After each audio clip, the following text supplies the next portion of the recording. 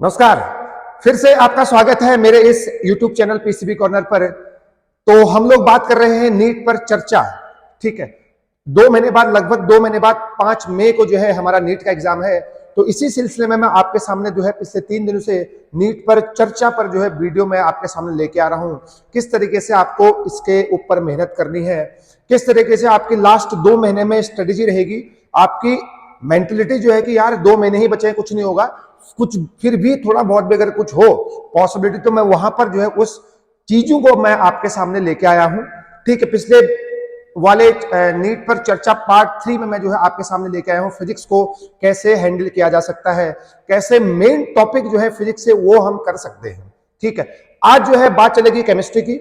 और हाँ, जो ये यूट्यूब चैनल है पीसीबी कॉर्नर, यहां पर जो है 530-40 से ऊपर जो है वीडियो है, जिसमें सारे के सारे शॉर्ट ट्रिक्स, बहुत सारी चीजें ऐसी हैं जो आपको सीखने को मिलेंगी। तो आप उन सभी चीजों को वहां पर देख सकते हैं। तो आज हम बात करेंगे इस नीट पर चर्चा के पार्ट 4 में कि हम जो है केमिस्ट्री को कैसे टैकल करेंगे इन जो बचे हुए दिन हैं। ठीक है, देखो 3 पार्ट में आपको पता है केमिस्ट्री है, एक ऑर्गेनिक केमिस्ट्री है, एक इनऑर्गेनिक है और एक फिजिकल केमिस्ट्री है। ठीक है, देखो भाई, ऑर्गेनिक आसान है, ज्यादा परेशान होने की जरूरत नहीं है। इनऑर्गेनिक आपको कॉन्सेप्ट को याद करना है, रटना है। ठीक है, एक थ्योरी टाइप की हो जाएगी, एनसीईआरटी ही इसमें मेन रोल अदा करेगा। लेकिन अगर फिजिकल केमिस्ट्री की बात करूं, देखो बच्चे यार पूछते मुझे, सर फिजिकल केमिस्ट्री और फिजिक्स नहीं हो रहा है। एक चीज बता दें, फिजिकल केमिस्ट्री में सिर्फ एक ही चैप्टर ऐसा है, उसका नाम है आयोनिक इक्विलिब्रियम। उसमें भी अगर आप सॉल्युबिलिटी पढ़ के जाएंगे तो एक क्वेश्चन वहां से आएगा, वरना इस चैप्टर को स्किप कर दो, एक क्वेश्चन आएगा, इसको छोड़ दो। सॉल्युबिलिटी पढ़ लो, वहां से क्वेश्चन आ गया तो ठीक है, वरना यहां से एक ही क्वेश्चन आता है।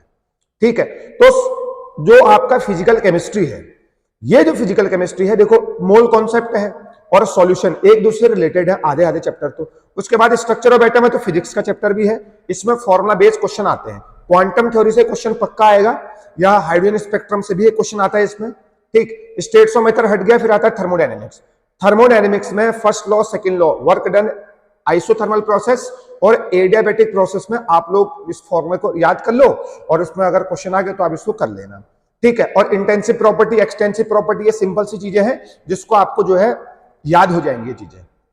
लेकिन थर्मोडायनेमिक्स का सबसे इंपॉर्टेंट पार्ट जो है वो है एनर्जी से रिलेटेड, जैसे heat of formation, heat of sublimation, heat of neutralisation और बॉन्ड एनर्जी से। जो एक क्वेश्चन जो है एनर्जी से रिलेटेड, एक क्वेश्चन पक्का जो है आपके यहां पर इस नीट एग्जाम में आएगा। और रेडॉक्स से बैलेंस करने वाला है, ऑक्सीडेशन नंबर निकालने वाला है, सिंपल सा टॉपिक है, इसको आप कर लें। और अगर हम बात करें इक्विलिब्रियम में, फिजिकल इक्विलिब्रियम में ली चैटलर प्रिंसिपल से रिलेटेड क्वेश्चन जो है आता ही आता है, या रेट ऑफ रिएक्शन निकालने के लिए यहां से क्वेश्चन जरूर पूछा जाएगा। और केपी और केसी में रिलेशन भी आप इसको याद कर सकते हैं, आपको याद भी होगा। ठीक है, तो यह आपका 11th का पार्ट है। और उसके बाद हम 12th में चले, सॉल्यूशन में। सॉल्यूशन बहुत ही इंपॉर्टेंट, 2 क्वेश्चन यहां से आ सकते हैं। वांट ऑफ फैक्टर से जो है क्वेश्चन जरूर आएगा, और कॉलिगेटिव प्रॉपर्टी से क्वेश्चन आएगा। ठीक है, और हो सकता है नॉर्मलिटी से भी आए, तो ये आसान सा टॉपिक है। उसके बाद इलेक्ट्रोकेमिस्ट्री बहुत इंपॉर्टेंट, नॉस्ट इक्वेशन, इसमें जो है यहां से क्वेश्चन आ सकता है, या फैराडे लॉ है। ये 2-3 टॉपिक है जहां से क्वेश्चन जरूर आएंगे, और एक सेल से जो है क्वेश्चन सीधा साधा पूछा जाता है।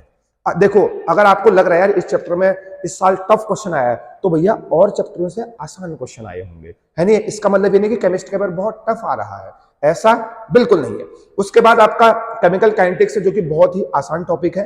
केमिकल काइनेटिक्स में रेट ऑफ रिएक्शन हो गया, हाफ लाइफ हो गया, ये पूछेगा, जो कि बहुत ही सिंपल से क्वेश्चन होते हैं, और आपने जब करे होंगे तो उस समय भी जो है आपको ये सारे के सारे जो है समझ में भी आते होंगे। इस तरीके से हम जो है फिजिकल केमिस्ट्री के सबसे पहले फॉर्मूला याद करिए। उसके बाद क्वेश्चन बहुत, भाई देखो 30-40 क्वेश्चन पर डे कर लो फिजिकल केमिस्ट्री के, तो काम बन सकता है अभी भी। ठीक है, आयनिक इक्विलिब्रियम छोड़ देना, बाकी हम कर लो, ये बन जाएगा। बात इनऑर्गेनिक केमिस्ट्री की है, एक क्वेश्चन आपका पीरियोडिक टेबल से आएगा, और 3 या 4 क्वेश्चन हाइब्रिडाइजेशन से हो गया, वेस्पर थ्योरी से हो गया, एमओटी से हो गया, हाइड्रोजन बॉन्डिंग से हो गया, आयनिक बॉन्ड से हो गया, फजान्स रूल आपको याद होगा, वहां से जो है क्वेश्चन आने के बहुत बड़े चांस है, और आपको चैप्टर बहुत अच्छा भी लगता होगा। ठीक है, उसके बाद आपका डी एंड एफ ब्लॉक, जितना रट सको उतना रट लो। ठीक है, और कोऑर्डिनेशन कंपाउंड में सीएफटी हो गया, वीवीटी हो गया, वार्नर थ्योरी होगा, यहां से 2 या 3 क्वेश्चन बनेंगे, पक्की बात है नहीं? और प्रॉपर्टी से रिलेटेड क्वेश्चन आपके डीएनएफ ब्लॉक से आएंगे, जो कि बहुत ही इंपॉर्टेंट है। ठीक है, तो इनऑर्गेनिक केमिस्ट्री भी जो है 33% कंसिस्ट करता है, इसको छोड़ना नहीं है। यहां से आपके क्वेश्चन आएंगे ही आएंगे। आपके जो नोट्स लिखा रखे खूबसूरत से उनको याद कर लो, उन्हीं में से क्वेश्चन आएंगे, और प्रैक्टिस कर लो भैया 30-40 क्वेश्चन पर डे यहां से भी। ठीक है, अब बात करें हम किससे, ऑर्गेनिक केमिस्ट्री, जो कि कुछ बच्चों को बहुत अच्छा लगता है और कुछ बच्चों को जो है ऑर्गेनिक केमिस्ट्री थोड़ी सी टिपिकल लगती है। मैं आपको बता रहा हूं, देखो GOC1 और GOC2 दो प्रकार की केमिस्ट्री होती है ऑर्गेनिक केमिस्ट्री। उससे पहले अगर आप IUPAC नेमिंग और आइसोमेरिज्म पढ़ लें तो आपको समझने में बहुत आसानी हो सकती है। GOC1 में क्या है, इंडक्टिव इफेक्ट। अबे भैया इंडक्टिव इफेक्ट पढ़ना बहुत जरूरी है, रेजोनेंस का कॉन्सेप्ट समझना बहुत जरूरी है। एरोमेटिसिटी पेपर में आता है, which of the following is aromatic compound और एंटी एरोमेटिक कंपाउंड, ये आपको देखना बहुत जरूरी है। और एक बार और बता दूं मैं आपको, जैसे पूछेगा arrange the following in the increasing order of their acidic strength. ठीक है तो 11 से रिलेटेड है GOC1 जिसको हम बोलते हैं। ठीक, और दूसरा जितने भी आपके नेम रिएक्शन हैं, जितने भी केमिस्ट्री में ऑर्गेनिक केमिस्ट्री में नेम रिएक्शन है, मैं फिर बता रहा हूं भाई 90% क्वेश्चन इन्हीं नेम रिएक्शन से आएंगे तुम्हारे नीट एग्जाम में ऑर्गेनिक केमिस्ट्री में, 90%। चाहे वो कार्बेलामीन हो, SN1SN2 हो, और SN1SN2 तो नेम रिएक्शन लेकिन इंपोर्टेंट तो है ना, है नहीं है। चाहे वो HBZ हो, एल्डोल कंडेंसेशन हो, कैनिजारो हो, है नहीं है, गैब्रियल थैलेमाइड रिएक्शन हो, ये जो है बहुत ही सारे के सारे रिएक्शन है, जितने भी नेम रिएक्शन, इनके रिएजेंट के फंक्शन क्या होते हैं, इसको जो है आप लोग अच्छी तरीके से याद कर लो। अब एक चीज और बता दें, जो रिएजेंट है ना, अगर तुमने इन रिएजेंट को याद कर लिया तो इनके फंक्शन भी तुम्हें आ जाएंगे। जिस बंदे ने रिएजेंट याद करना ना, कौन किसमें तोड़ता है, ऐसा तो नहीं कि जो एक रिएजेंट हो सबको तोड़ेगा, ऐसा नहीं है, फिक्स है कि ये इसको कन्वर्ट इसमें करेगा, ये रिडक्शन है, ये इसका ऑपरेशन होता है, सिंपल है। ओजोनिल से क्वेश्चन आएगा, तो जितने भी आपके नेम रिएक्शन है उन सबको भाई बाय हार्ट याद कर लो, और इनके रिएजेंट के फंक्शन आप बिल्कुल अच्छी तरीके से याद कर लीजिए। ऑर्गेनिक केमिस्ट्री में एक भी क्वेश्चन गलत नहीं होगा। ठीक है, बायोमोलिक्यूल पढ़ लो भाई, वहां से थोड़ा बहुत एक दो क्वेश्चन वहां से आ जाते हैं। पॉलीमर ऑलिमर सब हट गए हैं आपके, ऑर्गेनिक केमिस्ट्री बहुत आसान पड़ गई है। इसलिए मैं आपको बता रहा हूं ऑर्गेनिक केमिस्ट्री में जितने भी आपके नेम रिएक्शन है सबको रट डालो। देखो नेम रिएक्शन याद करोगे ना तो तुम्हारी अगर मेंटलिटी की यही क्वेश्चन आएगा तो नहीं, और तरीके से आ सकता है, लेकिन अब रिएजेंट से पहचानेंगे ये रिएक्शन कार्बेलामीन की रिएक्शन है, ये रिएक्शन HBZ है, ये रिएक्शन क्रॉस एल्डोल है, ये रिएक्शन एल्डोल कंडेंसेशन है, और ये रिएक्शन कैनिजारो रिएक्शन है। इस तरीके से ऑर्गेनिक को आप संभाल सकते हैं।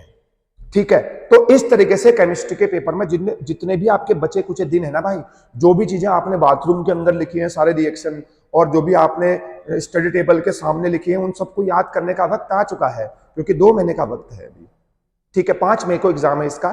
ठीक है, और जितने भी बंदे पढ़ रहे हैं भाई, अभी पहले बता रहा हूं, अभी जिन बंदों ने 2-3 बार पढ़ा है, पढ़ाई छोड़ दी, तो अभी मैंने स्टार्ट कर लो, बहुत वक्त है। पेपर के दिन ये न लगे कि यार काश मुझे अब पढ़ लेता तो इतनी समस्या नहीं आती, कुछ ना कुछ रिजल्ट जरूर निकलेगा। ठीक है, तो मेहनत करना बहुत जरूरी है, आप करते रहिए। ठीक है, तो अगले लेक्चर में हम बात करेंगे बायोलॉजी कैसे करें। अगर किसी को केमिस्ट्री रिलेटेड दिक्कत हो, भाई मैंने आपको बताया है टॉपिक, अगर आपको केमिस्ट्री में कोई सा भी टॉपिक आपको अगर नहीं आता है, कोई रिएक्शन अगर नहीं आती, तो आप कमेंट बॉक्स में कमेंट कर सकते हैं, अगले दिन उस रिएक्शन की वीडियो आपके पास आएगी, आपके सामने आएगी। It is my promise to you. ठीक है, और ये ऑर्गेनिक केमिस्ट्री हो, चाहे फिजिकल हो, चाहे इनऑर्गेनिक हो, इस तरीके से इसको हम टैकल कर सकते हैं। ठीक है, तो आज के लिए इतना ही। ठीक है, ज्यादा टाइम भी नहीं है, तो छोटी छोटी वीडियो बना रहा हूं मैं, जिससे कि जो है 10 मिनट में पूरा काम हो जाए।